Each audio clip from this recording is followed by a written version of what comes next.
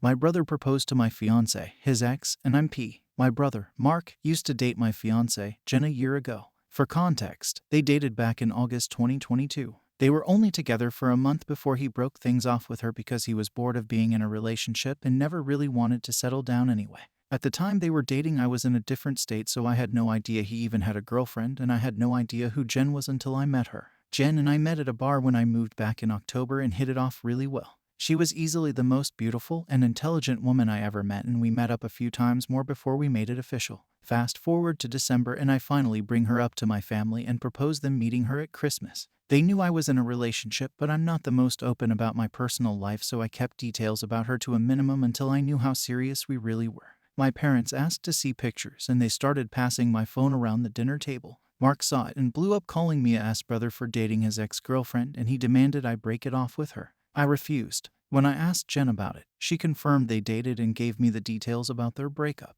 It took a few weeks, but eventually Mark stopped bringing up me dating his ex and I thought he was over it. On Jen's birthday this year, I took her out to a fancy dinner with both of our families and her closest friends, and I asked her to marry me. Mark flipped once again and blew up about me proposing to her, which I and my sisters immediately shut down. The incident happened this past weekend. Mark had been pretty quiet about the whole thing for the last 2 months. I didn't see him much and figured he went low contact with me, which I had no problem with.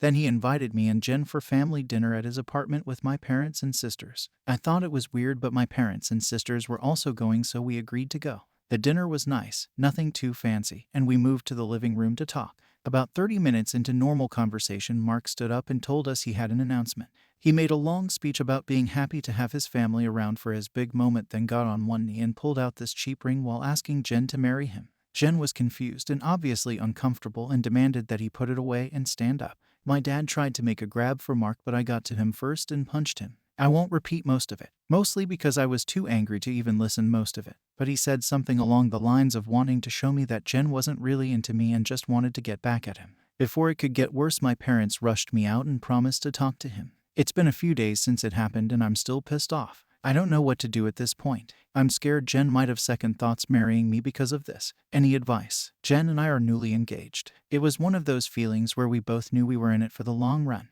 As fast as it is, I'm sure about her. When we met, I was the one who approached her, not the other way around. Whether she knew or had suspicions of us being related, I don't know. I asked after finding out they dated and she says she had no idea. I didn't have a reason to doubt that, but I can admit this seemingly overreaction on Mark's part does raise red flags. I had no idea she and Mark dated when I met her. Mark and I aren't close at all. We used to be, but as we grew up we drifted and talked less and less. Before I moved back, we didn't really speak much aside from special days like his or my birthday. Jen knew of my family, but not much until I decided I was ready to introduce them to her. When she and Mark met again, I didn't get a sense of any residual feelings on either part. She didn't treat him like a stranger, but she also wasn't overly affectionate with him either. I was told this was a relationship that lasted a month.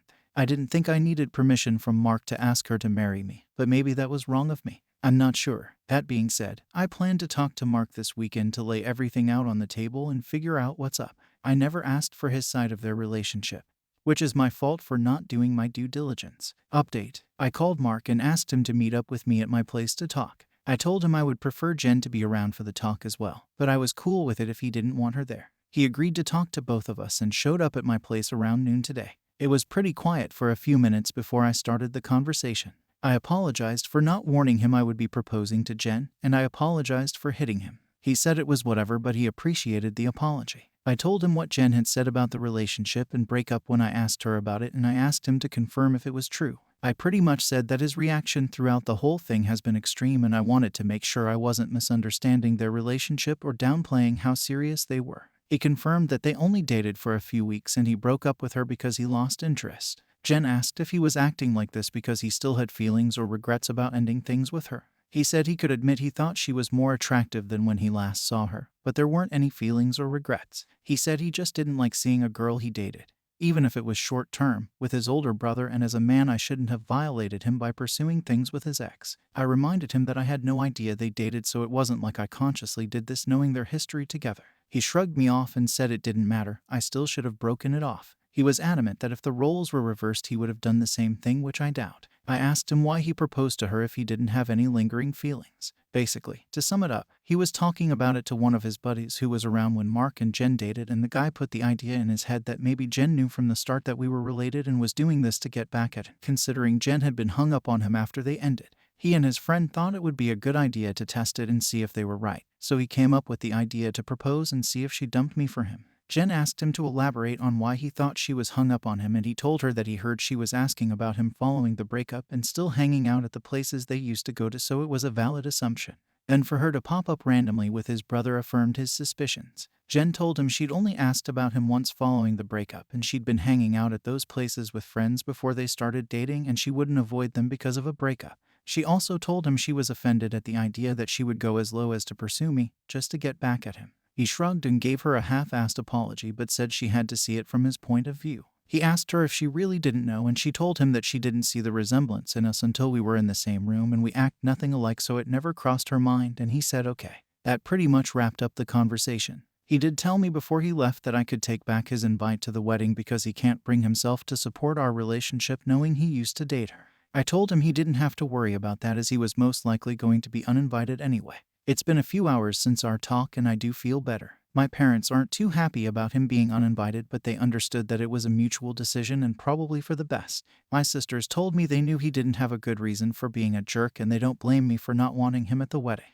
As of now, I'm going to limit contact with Mark, and I doubt he'll reach out to me anytime soon either. Update 2. A few things have happened since my last talk with Mark, so I've been low contact with Mark since our last conversation. I haven't called him and he hasn't called me, and our only interactions have been in family settings. As it stands, my mom is now upset that Mark is still uninvited from my wedding. It started with a comment made during my younger sister, Sophie's birthday. Her boyfriend of 4 years, I think, proposed to her at the end of the night, and we sat around talking about what she envisioned for her dream wedding. She talked a bit about wanting a destination wedding and her ideas for the cake and dress. Then she said something along the lines of, "Teddy, I know Mark's banned from your wedding, but you won't care if he comes to mine, right?" I laughed it off and told her I can't get mad about her guest list even if I wanted to.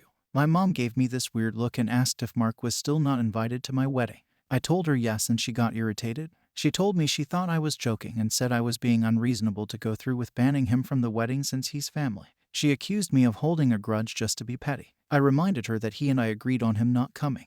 I then told her that this wasn't the time to talk about my wedding since the day was about Sophie, and if Mark or her want to talk about my wedding they can call me another time. Sophie laid into my mom a bit about trying to make her special day about Mark, and my mom dropped the issue. For those of you who might be wondering, Mark wasn't at Sophie's party because he apparently had to work and couldn't make it. A few days later, my mom stopped by my house and said she wanted to discuss my wedding. She asked me why I was so adamant about Mark not coming to my wedding. She said that I shouldn't be so insecure about Mark and Jen's previous relationship, and that uninviting him was a step too far. I told her that Mark and I mutually agreed on him not coming to the wedding, and he can come to me about it himself if he has a problem with it. We got into an argument, and she said that if I wasn't going to re-invite Mark then she would not be coming either because I'm ostracizing her son. I shrugged and told her if that's what she wants then she can toss her invite in the trash because I won't beg her to be there. She asked me if I would really be okay with her not attending, and I told her it wouldn't be the first time she missed an event of mine because of Mark. She said I was being a jerk for throwing her past mistakes in her face, and she stormed out. I then started getting messages and phone calls from her and a few family members about the whole situation, saying I was in the wrong and urging me to invite Mark just to keep the peace. Jen's also been getting messages from my mom asking her to talk to me and get me to change my mind, but to my knowledge she hasn't been responding. So far, most of my mom's side of the family are standing in solidarity with her and not attending, while my dad and his side of the family, which is only my aunt and uncle and their 2 kids, agree with me and are still coming. My sisters are also still coming to the wedding, and of course Jen's family too. Also, I talked to Mark about it and asked him if he had a problem with not having an invite. He said he uninvited himself in the first place, and he doesn't get why they're making a big deal because he still doesn't want to go. He told me to leave him out of the fighting because he's not involved, and he says he'd tell her the same.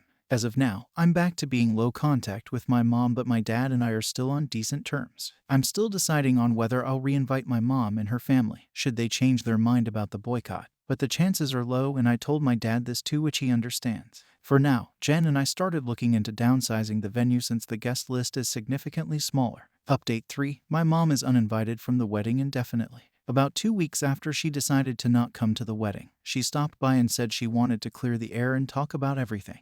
We agreed and invited her in to join us for dinner. Jen made her a plate of food and I asked her if she was still planning on not coming to the wedding. She said that while she wants to, she can't get over me not inviting Mark because of a simple mistake. I reminded her that his simple mistake was proposing to my fiance with me sitting less than 3 feet away from him, and she said it was just a joke. Jen asked her why she wanted to talk if she was maintaining the same stance on Mark coming to the wedding. She said she wanted to talk to Jen and she was hoping Jen would hear her out and talk me into inviting Mark again. She apparently assumed I was at work and she'd be able to catch her alone.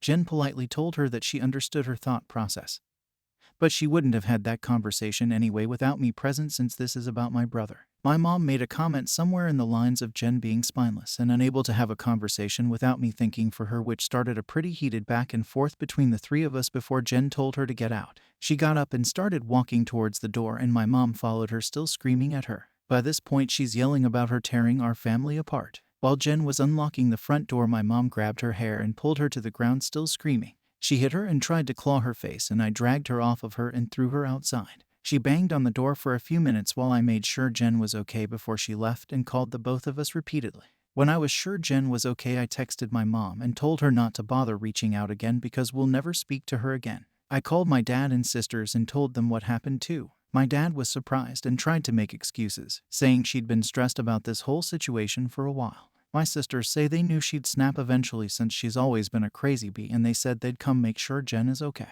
I asked Jen if she wanted to press charges, but she declined and said she only wanted to cut contact with her for good. I told that part was obvious, but she should still talk to the police since she was physically assaulted, but she doesn't want my mom to get arrested. My sisters and Jen's mom came by to comfort her, thankfully, so she's doing okay. My mom is blocked on everything until Jen says otherwise. I genuinely don't know what to do now. Jen doesn't want to go to the police because she'd feel guilty having her arrested over this, but my sisters and I want to convince her to, and I'd at least want documentation in case something happens in the future. Some background on my relationship with my parents. Some people were asking questions about my mom and my decision not to be open with Jen about my relationship with my parents. I figure I could give some background on why we're so strained. Like some of you said, Mark was the golden child. Mark was my mom's baby boy and she didn't do much to try and hide it. They didn't spend much time with my sisters and I, like normal parents did with their kids unless they had to. But they'd spend time with Mark as often as possible, like taking him out shopping while we stayed with a sitter, or bringing him home his favorite food and toys from the store when they'd shop alone. He usually got better things compared to the rest of us, like new expensive clothes, while ours were thrifted, or new toys just for him compared to old toys we had to share with each other. If my sisters and I got gifts, they were for us to share, but my mom made it pretty clear that Mark's things were only for him and we shouldn't touch it. When Mark would screw up, I'd get punished for not being a good role model and showing him the proper way to behave. For example, Mark went through a phase of breaking his toys and I got the beating because obviously he learned that behavior from me. When he was 8, Mark got in trouble at school for trying to push a kid down the stairs. I was grounded for 2 weeks and told to apologize to the kid for not teaching my brother right. When I turned 13, I pushed for my parents to start giving me an allowance. They agreed as long as I did household chores like mowing the lawn, taking out the trash, raking leaves, etc. It was usually somewhere around $25 a week to help me start saving. Mark saw that I was getting money and he begged my parents for an allowance too. Instead of making him work, $10 of my allowance money was given to him each week because we were doing such a good job with our chores that he never touched. Whenever I asked him to help, he'd tell me it's not his job to do chores, so why should he bother? It was around this time that I started really distancing myself from my brother. By the time I entered high school, we only talked to each other when we needed small favors or when we absolutely had to. I got my first job when I turned 17 because I wanted to finally get my own car and make money that they couldn't force me to give to Mark.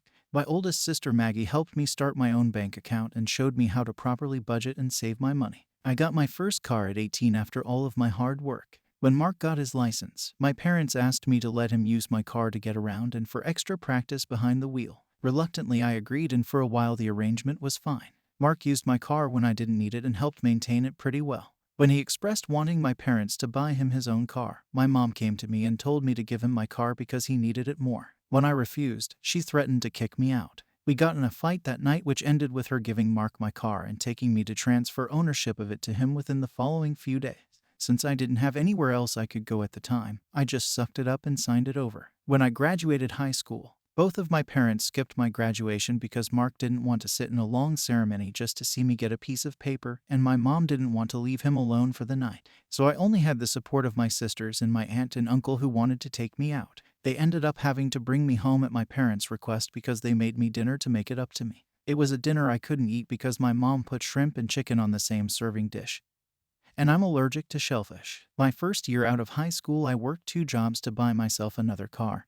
And at the start of the new school year, I moved away for college and cut contact with them. They, mostly my mom, tried to reach out for the first few months via social media and Sophie. But I never responded, and I told Sophie she would be cut off too if she kept trying. When she couldn't get to me through Sophie, she tried going through my older sister Charlotte, and a few times through Maggie and Mark until I threatened to file a restraining order for harassment. It was a bluff because I had no idea how to do it, but it managed to scare her off, and the most I got from her was happy holiday texts over the years. Around the time I moved back, Charlotte told me they had been seeing a family therapist at Charlotte's request, and my parents wanted to apologize for their treatment of us. I was hesitant, but I agreed as long as they would be genuine. And the reconciliation process started when I moved back home. That doesn't even scratch the surface of everything they put me through, and it took a lot for me to even begin to let them back into my life. When I met Jen, I wasn't sure where my relationship with her was going or where my relationship with my parents was going. I didn't want to mention my family at all, mostly because I was ready to cut contact again if I needed to. Jen was understanding of it being a sore subject and didn't press for more. I hope this helps shed some light on some of the questions I'd been seeing pop up.